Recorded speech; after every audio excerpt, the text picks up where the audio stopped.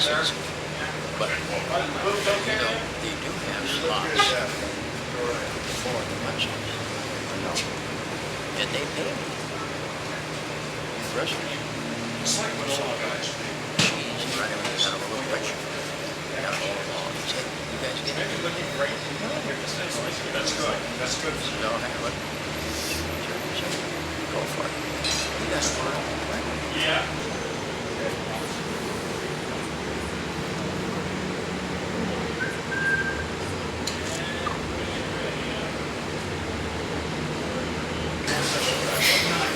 George? Yeah. Did you say something about that backdrop earlier? Yeah. So we're good. So it's okay to have these, this is the background Yeah. of the shot?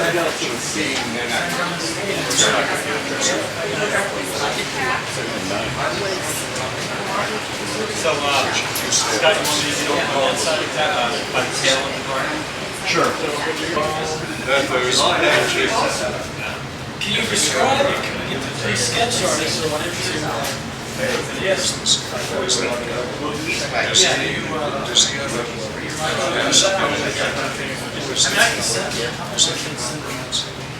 That's the guy ram the Batmobile. Did you ram the Batmobile? Grab me a quick still. Sorry about that. Get Fred in here. I want to get Fred in here. Still. Where's my The still? interview, right? Where's my still? Get in No, here, I'm Fred. just doing, Are you talking about me now? No, George, I always talk to cars. Sure, but the Futura, the experimental concept car. Oh, hug a that- lot. oh, Stop all no, day. How are look you? at that. These are the hands that drove the world's fastest, most famous car. Thanks, the king of the custom cars. It's fun to do it, I'll tell you for sure. George, I'm asked a lot, what you started with this car. Well, it actually started out as a concept car, Futura car that was made just strictly for ideas, different designs. It's not very glamorous driving a Ford Futura.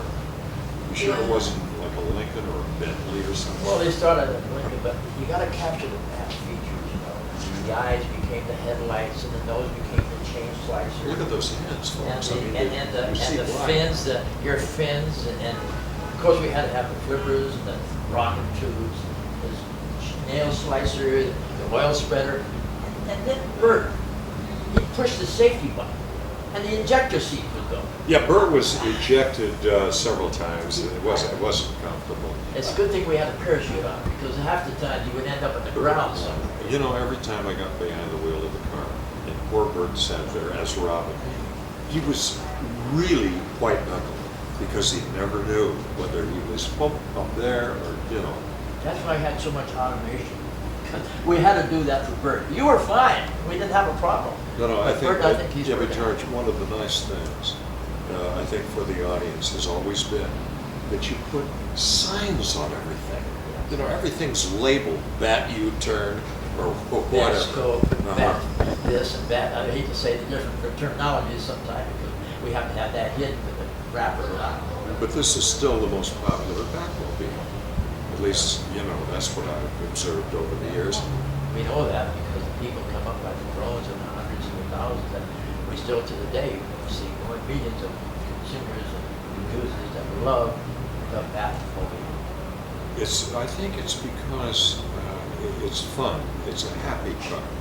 It's not a Hummer. It's not a Hulk. Or a Jaguar. It's not awkward. But that's because It's- those are what you did. How It is funky. This is a funky car. And that's what made it the most famous because it was fun. That's right. And it actually went, max speed about 37.